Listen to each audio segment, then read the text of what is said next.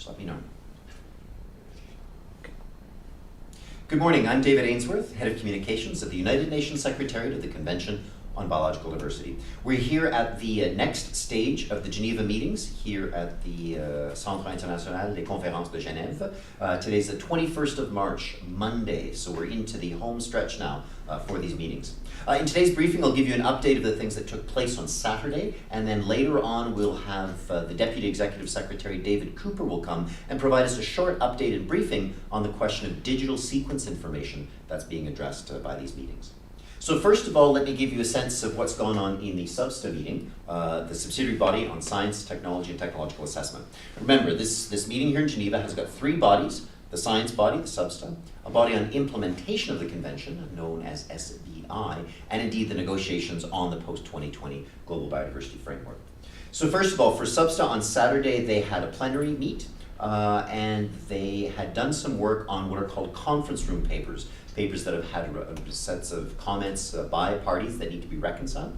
They met and they had one on IPBES, which is the Intergovernmental Science Policy Platform for Biodiversity and Ecosystem Services, and then also one on the Global Biodiversity Outlook, which is a report that was published by the Secretariat on an occasional basis, the last one being in 2020. They haven't finalized those, so they will be moving on those later on this week. The discussion on soil biodiversity continues in the group as well. As you know, agricultural biodiversity rests very, very largely in the biodiversity contained in the soils beneath our feet. And so a paper and an action plan on that is still under discussion. So that'll be continuing. The discussions on health and biodiversity continue. As you know, health and biodiversity, the discussions here will be looking at not just the question of a One Health approach, which brings together animal, human health and ecosystem health together, also discussion on pandemics. There's a lot of work to do on this. The action plan for this is a considerable document of some 30 pages, and the parties are still working it as well. This is one of the issues that's going on in the meeting, is there's some considerable and substantial action plans being discussed for a number of issues, and the parties probably have a lot of pent-up issues after the last 2 years, and it's going to take a while for them to move forward. SBSTA is going to look at the monitoring framework coming up. And again, remember, the monitoring framework is what we need to see how we're doing in terms of achieving the potential goals of the post-2020 Global Biodiversity Framework. So the monitoring framework, contact group is going to review a number of targets and goals, in particular Target 20, Targets 7 and 8. 7 and 8 are the ones on climate change and pollution. It's also going to look at its goals as well. And then that's mostly it for SBSTA. There are marine issues to be discussed, both the question of these so-called EBSAs, ecologically significant areas of biodiversity beyond national jurisdiction. That's going to be discussed on Thursday, as well as other issues for marine and coastal biodiversity. For the subsidiary body and implementation, the contact group on the gender plan of action met on Saturday evening. They moved forward on it. The definition of gender was under considering, including the question of, do we include this matter of gender for those who identify as women and girls as well. There's more work to be done, and there may need to be, in fact, establishment of a Friends of the Chair meeting to look at that. There will be an SBI plenary on the 22nd of March, which is tomorrow. They'll look at agenda item 8, and they'll also look at capacity building and mainstreaming. And the subsidiary body and implementation will do work tonight with a contact group that continues discussion on the financial mechanism and resource mobilization. The working group on Saturday finished its initial discussion of targets 1 through 8 of the global framework. And indeed, they really started their real text-based negotiations of a non-paper. So they've got past the phase of gathering views and are really beginning to negotiate text. The next session for this is planned for some time in the future, Saturday afternoon to come up, but there is potentially a possibility of organizing the schedule, so these will be discussed sooner. So this morning for Working Group 2020, we're going to have a plenary. And so the plenary is going to look at 2 items in particular. First, we're going to introduce the issue of digital sequence information. And I've got my colleague with me now, David Cooper, the Deputy Executive Secretary, who will provide us all a bit of a briefing on the issue in the context of our negotiations. Then the plenary will move towards a stock taking. This will be a chance for the parties to take a look at where they've gone in the contact groups, exchange views, and sort of have a sense of how we'll move forward for the next few days as well. That was it. There was supposed to be a reading of the revised draft decision to look at the Conference of the Parties, but we may be using other time for that for now. What I'd like to turn to now is to look at this issue of digital sequence information. My colleague David Cooper, who's the Deputy Executive Secretary, is with us, and he's going to provide us a bit of an outline of what this issue is and how it relates to discussions. Thanks for joining us, David. Thank you very much, David. So today is really when we have the first substantial discussion in the working group in plenary on this issue. Digital sequence information, this is otherwise known as genetic sequence information. It's the essentially information about the building blocks of life.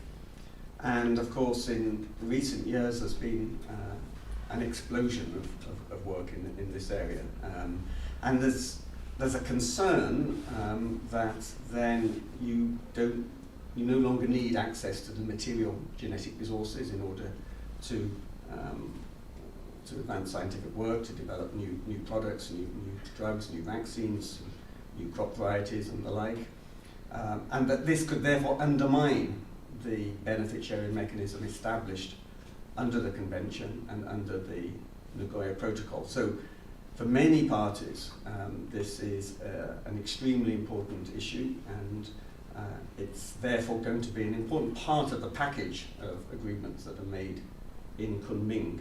So it's vital that we move forward on this issue. Of course, digital sequence information is also critical for science, for innovation.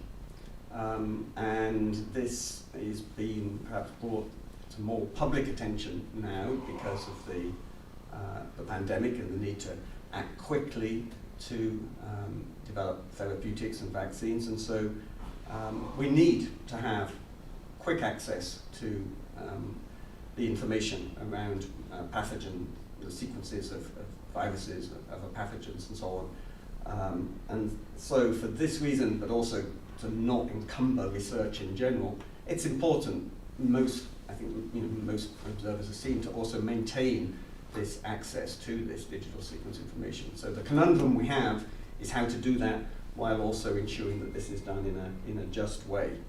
And again, the importance of a just response here is again highlighted by the pandemic when one look at access to vaccines and the inequity we have around the world in that respect. So the discussions here are going to be important for the convention, important for the Nagoya Protocol, but also important for other fora, for the discussions in the World Health Organization. They have, for some pathogens, a benefit sharing system already, the pathogen, the pandemic influenza preparedness plan, and it's also important in FAO and the International Treaty on Plant Genetic Resources, and it's important for the ongoing discussions of biodiversity beyond national jurisdiction that are taking place as well. There's been some work done since the last meeting of the working group, which took place virtually in August, September last year. So an informal advisory group to the co-chairs of the working group was established, and the results of those are reflected in the papers that are in front of the parties today. So we're looking now at this morning in the plenary to hear the reactions of the parties to that work, to some elements of a draft recommendation that was in the paper before the parties, and then having heard them on Wednesday, we'll dive even more deeply into this in a contact group. I want to go back just a second to do a little bit more definition of this, what constitutes digital sequence information. When this expert group met and went over the areas, they came up with sort of different options in terms of what would be the definitions for what is digital sequence information. Could you tell the viewers a little bit about what those options are? So that, you're referring there to another expert group, that a technical expert group that took place prior to the meetings in August, September last year. That was a group of technical experts nominated by parties and of organizations. And yes, this was looking at what is the scope. Do we mean just the DNA and RNA sequences? Do we also mean the proteins? Do we also mean traditional knowledge and other information that's associated? And they essentially said, all of these are important. If we're talking about DSI, we're probably really talking about those RNA and DNA sequences and how they're reflected in proteins. voting structures and the like. But I should also emphasize that this term, also digital sequence information itself, is a placeholder. Right? We haven't, international community hasn't agreed on the most appropriate term, so this is being used as a placeholder. But now I think the discussion goes into how one maintains, as I say, access to this without, while also having a just approach. So the Nagoya Protocol is in the interaction of DSI with provisions of the Nagoya Protocol is one of the main issues right here. What are some of the specific discussions in terms of how DSI would affect the Nagoya Protocol and its access and benefit sharing mechanisms? So under the convention and under the Nagoya Protocol, access and benefit sharing essentially takes place on a bilateral basis. And so for a potential user of genetic resources to have access, they need the prior informed consent of the country concerned, unless that country says that's not necessary. And then they would negotiate some mutually agreed terms for the use of those materials. Now, when we look at DSI, in contrast, this information is contained in a number of databases which are linked globally. So we essentially have a global system. When the Nagoya Protocol was negotiated, there was actually a provision there to consider at some point the possibility of developing a global multilateral approach. And in fact, there's other discussions that are taking place in SBI later this week on that as well. And these issues are linked. So we can't really at this stage prejudge what the outcomes of the discussions on DSI would be. But among the options for solutions are bilateral approaches and multilateral approaches that do not require the individual prior informed consent and mutually agreed terms negotiations on a case-by-case basis. Great, thank you very much. Let's see here. We've got, yes, Christiana from DPA. Oh, she's still formulating her question here. Well, thank you very much for joining us, David, for this, giving us a very brief outline. The parties will address it now in the first discussion. Presumably, this issue will be carried on a little bit further. We'll know what are the plans as far as the discussion now. It will happen this morning, and then. So this morning we'll hear the reactions of the parties, their responses to the work that has been done in the past few months, and also hopefully we'll hear some proposals from parties. Those will then be considered in a smaller contact group on Wednesday. The contact group, just one quick question on the contact group. We've seen here in the meeting the contact groups have been enormous, almost behemoth contact groups and so on. Are we expected to have extremely large following for this contact group as well? I expect there'll be a fair bit of interest, yes. Okay.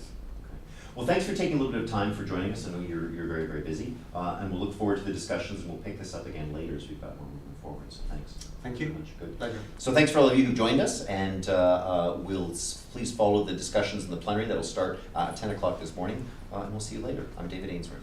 Thank you. Good, thanks very much. Perfect. Thanks, David.